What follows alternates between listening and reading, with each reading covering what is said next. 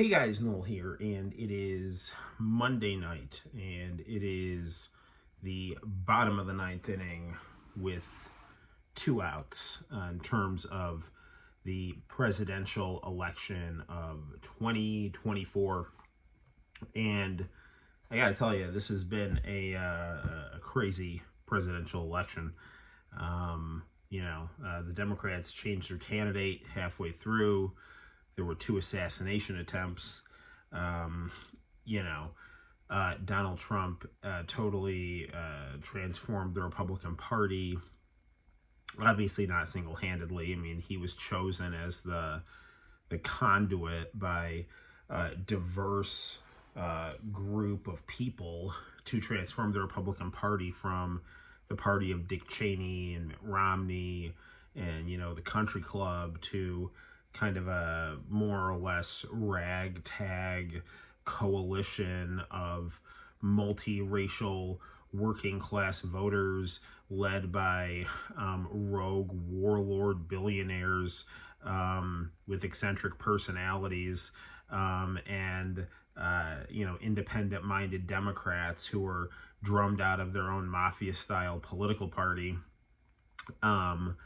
And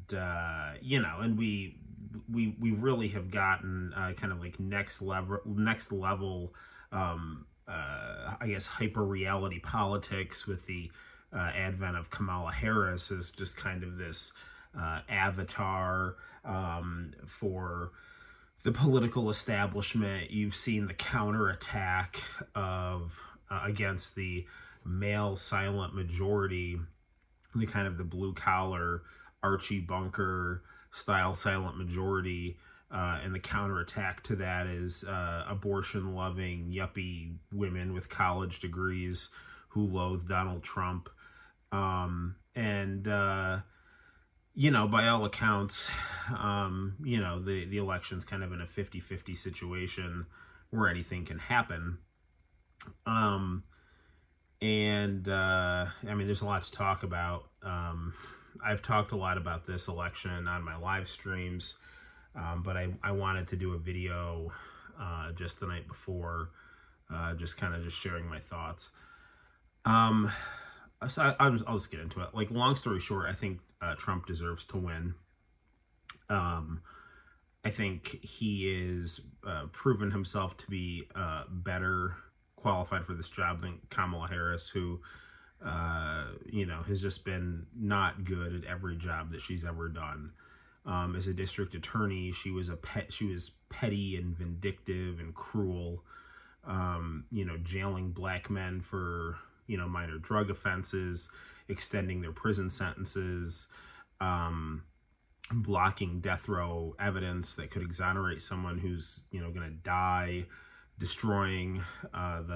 trying to destroy the guy who did the expose on Planned Parenthood, false positive drug tests, just being a real crooked, disgusting person, when it came to being a district attorney.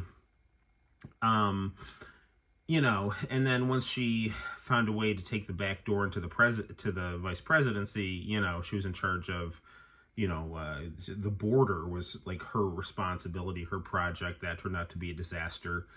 What job has she done well? And then you can contrast that to Donald Trump's time in politics, where, outside of COVID, which was an anomaly that hit the whole world, the economy was better. There weren't any new wars, and he was at least making an effort to antagonize the deep state and the media, which serve as functions that I think really hurt society and the American people, although he was a far from perfect president. But I think he did his job better. We really have seen a lot of kind of just really dark ironies in this election, really Orwellian style stuff, particularly with the Democrats. When they're running Kamala Harris as this like joy candidate, when she's literally running on the two darkest things in American politics, abortion and neoconservative imperialism. I mean, I'm going to use the argument that Frederick Douglass used against slavery, against abortion. If you don't want it done to you, don't do it to other people, right? Anytime someone would tell Frederick Douglass, oh, slavery's not that bad, and Frederick Douglass would respond, well, would you want to be a slave? And everyone's like, no. And he's like, well, then maybe it is that bad. You know, anytime someone tells me that being a public school teacher is easy, my response to that is, then you need to get in on this. You need to get in on this sweet, sweet action right here. And then they're like, oh, actually, no, that job's really hard. I'm like, okay, well, I guess it's hard then, you know. So I'm guessing that you don't want to be dismembered in utero, you know. So, yeah. And, you know, I spent a lot of time with evangelical Christian communities. I'm Catholic. So, I mean, a lot of my social circle and my upbringing is pro-life. I mean, I've talked about how my father wanted me aborted, and my mom just was like, you know, I'm going to give this kid a chance. And her friends were telling her to get me aborted, you know, because she was going to be poor and not have a father, and I wasn't going to have a father. So, well, what kind of life is he going to have? Well, I'm happy I had the life that I have because I have two beautiful kids. I'm helping people, you know, and I'm learning, and I've learned a lot of talents. And even if I did none of those things, I should have a right to live. So, you know, and the fact that, you know, Kamala and a bunch of, you know, women who have, you know, probably made bad life choices in their past are just glomming onto this issue like it's some kind of a virtue is disgusting. And but the point I was going to make is that, you know, I don't know any pro-life person that is opposed to protecting the life of the mother. That's a talking point that Democrats will use. Like, oh, these people don't even care about life of the mother. It's like, that is totally not true. I mean, I've never, ever heard that anywhere, ever. And nobody's saying that. So, but anyway. So, yeah, so, you know, Kamala's out there grandstanding about abortion and how, you know, sacred it is to be able to do that, which is, I think, objectively sick. Because you don't have a sacred right to go harm someone. And the whole my body, my choice thing, the Democrats, I mean, they forfeited that argument during COVID with, you know, their whole idea is like, you have to get a vaccine. I don't care what you want, you know. So, okay, well, I guess it's not your body, your choice. But, like, but let's even say, like, I mean, whatever. Even take that off the table. You could also, the idea is, like, fine, your body, your choice, fine. But if there's another body growing inside of your body, then your body, your choice kind of ends where you're harming another life, okay? And the whole idea that, you know, what's inside of a woman is life is like, that's science, okay? Your DNA is coded at conception. You know, the growth and repair of cells, which is the essence of life, starts at conception. You are destined. That is point one of your existence. You know, anyone who's watching this video, point one of your life started like that. You know, the big bang of the universe of your body began at conception. So yeah, that's life inside of you, and nobody has the right to harm another life, whether it's inside or outside of you. So yeah. So, and then the other thing, you know, Kamala's, you know, standing for is, you know, neoconservative imperialism, which is just disgusting. I mean, she's just out there campaigning with war criminals, you know, like the Cheneys, you know, and I'm so just flabbergasted that, you know, Trump gets called a fascist and a Nazi by these people who just electively invade countries wantingly, you know, wantonly, just, you know, the same way that, you know, if you really want to draw like parallels with fascism, right? It's like, you know, Hitler had an idea that, you know, Germany needed to conquer X amount of countries to achieve its historical destiny. And that is very similar to what the Project for the New American Century stated, this neocon manifesto that, you know, Dick Cheney and Bill Kristol and all these people who have endorsed Kamala Harris, and Kamala Harris is fully embracing, they all agree with the thesis of this manifesto that after the Cold War, the United States must, you know, knock off any government that is not an American vassal state, so that America can, you know, basically extract their natural resources and solidify America's role as the eternal global hegemon for the 21st century onward. And if we don't do that, then someone else is going to rise up, and that's completely unacceptable. And it's that kind of mentality that's got us things like the Iraq War and Abu Ghraib and 20 years in Afghanistan, and just constantly expanding NATO to the point where, you know, Eastern Europe is a mess. The Middle East is a mess. I mean, these neocons have done nothing but bring death and destruction throughout the 21st century. That is proven to be their project for the new American century, just basically destabilizing areas while they're insulated in their Washington bubble. So, and Kamala Harris is out there just, you know, gal-palling it up with Liz Cheney. And so, yeah, I mean, the idea that this joyful progress candidate is running on the two darkest things in American politics, abortion and the neoconservative imperial agenda, is insane. And, you know, what Trump is, you know, decided to run on is this kind of populist platform that utilizes a lot of Reagan administration tropes of bad guys, you know, like, you know, Marxists and Latin American drug cartels. I mean, these things are like, I mean, Donald Trump is a product of the 1980s, and these things are like villains out of like Red Dawn or Miami Vice, you know, or Breaking Bad, if you want to bring it to the NPR audience. And yeah, and he just kind of, you know, grandstands on, I'm going to keep you protected from, you know, stupid Marxists that are subverting what America is, which is a trope that American conservatives have used, you know, since the, you know, birth of the American socialist movement, with things like the Mohawk Valley Formula and, you know, Chomsky. Read some, if you want to, I hate it when people say, oh, you need to educate yourself and read some of this author, but like Noam Chomsky wrote a lot about the Mohawk Valley Formula and how that, you know, vilified the, American radical left by saying that they were just kind of like destabilizing and undermining what worked about America, that they were anti-American, you know, enemies of America, things like that. So, you know, Trump just kind of is willy-nilly throwing the label Marxist around, which is ironic because there are Marxists that like Donald Trump because he's the only anti-establishment person that's challenging American imperialism and neoliberalism.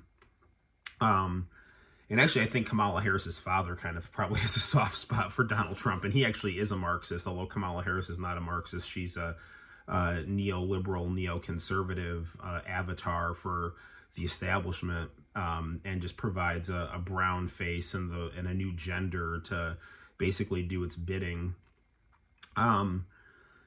You know, but you know, what Donald Trump has also, you know, done is he's transformed the Republican Party into a professional wrestling audience, with people of, you know, all types of backgrounds that have this kind of common antipathy toward the establishment and feel alienated and are kind of banding together. And since Donald Trump is the only person with enough FU money and enough bravado to be able to muscle his way to this point, and enough, you know, negotiating skills to wheel and deal with, you know, powerful people, you know, he has become kind of the conduit for this newly identified Republican Party.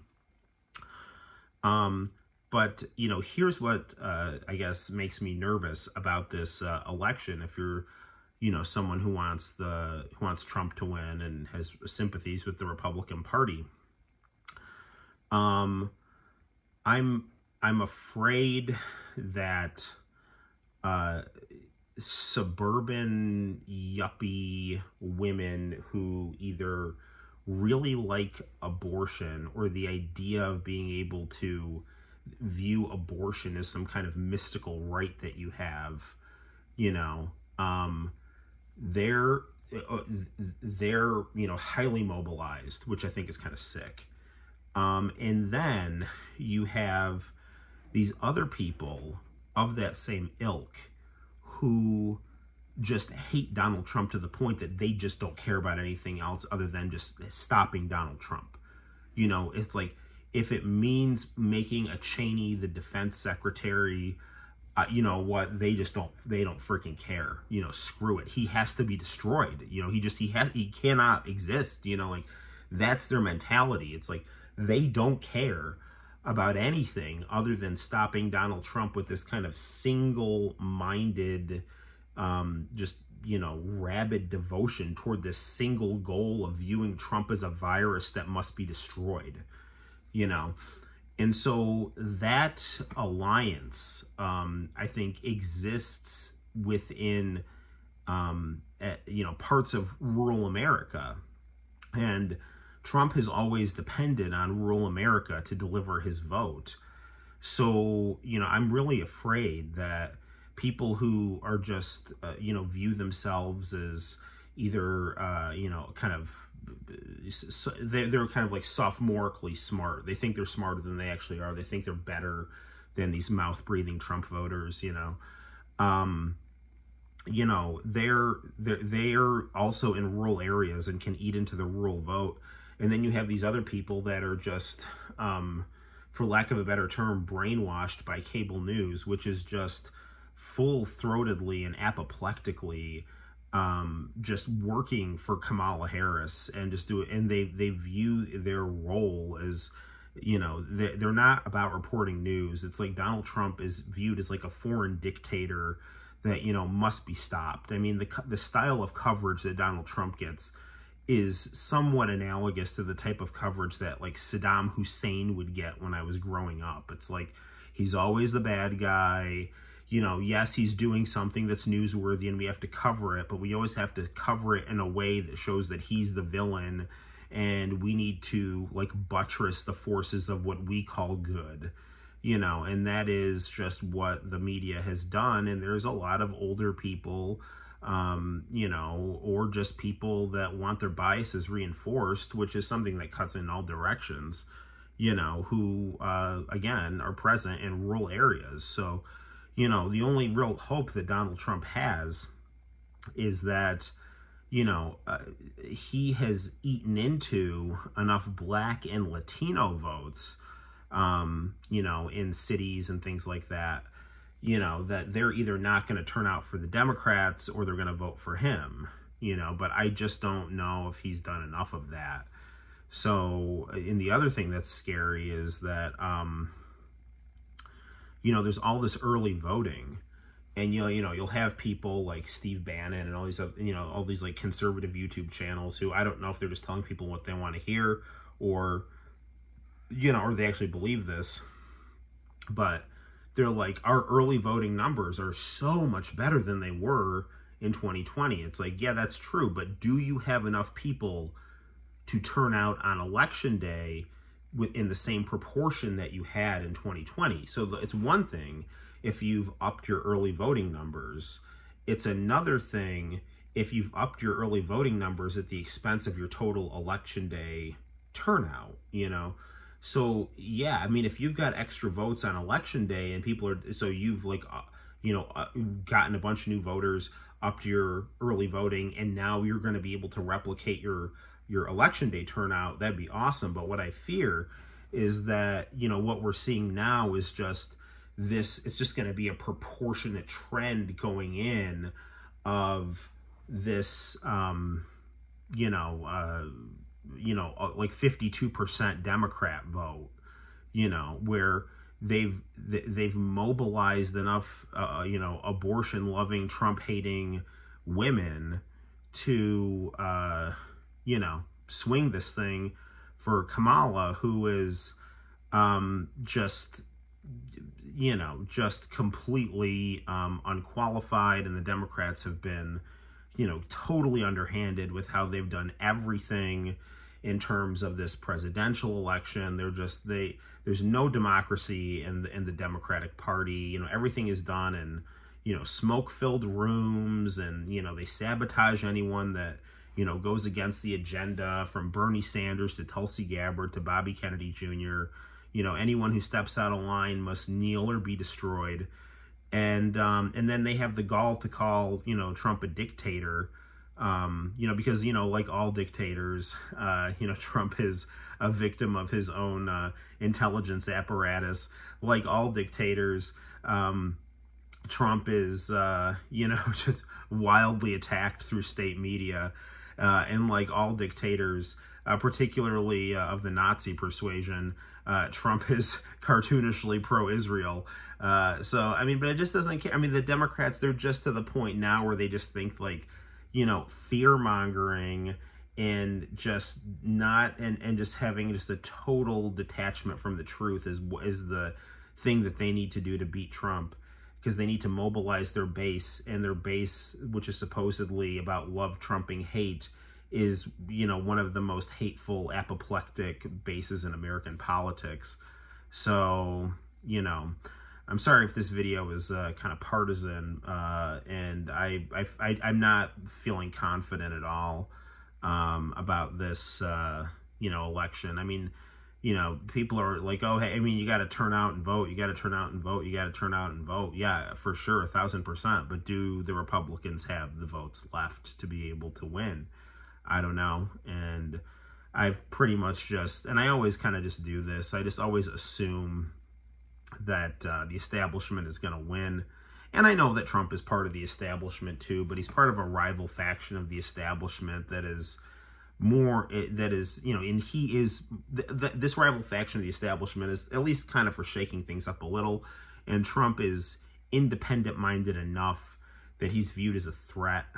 So that means that there is at least a possibility that he can, you know, buck the system enough to, you know, at least have some changes on the margins that could possibly bleed in to the center and have some kind of a positive effect. Because I know, you know, the worst part about the Trump administration, you know, was just the nonstop psyops on the news. I mean, I lived a lot better during the Trump administration. I had more money in my bank account. I bought a house. I got a job, you know, and now I have, you know, $30 in my bank account. So, yeah, you know, and there's a lot of factors behind that, but, you know, definitely, you know, Biden and Kamala have, you know, mismanaged things. But then again, it's like, we're down to, it's like, are you willing to eat that, you know, that, you know, pill in order to just destroy Donald Trump because you hate him, because his personality rubs you the wrong way,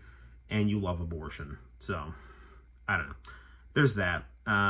We'll see what happens. Buckle up. Until next time, my name's Noel. You take care, and I'll see you in the very near future. Bye-bye.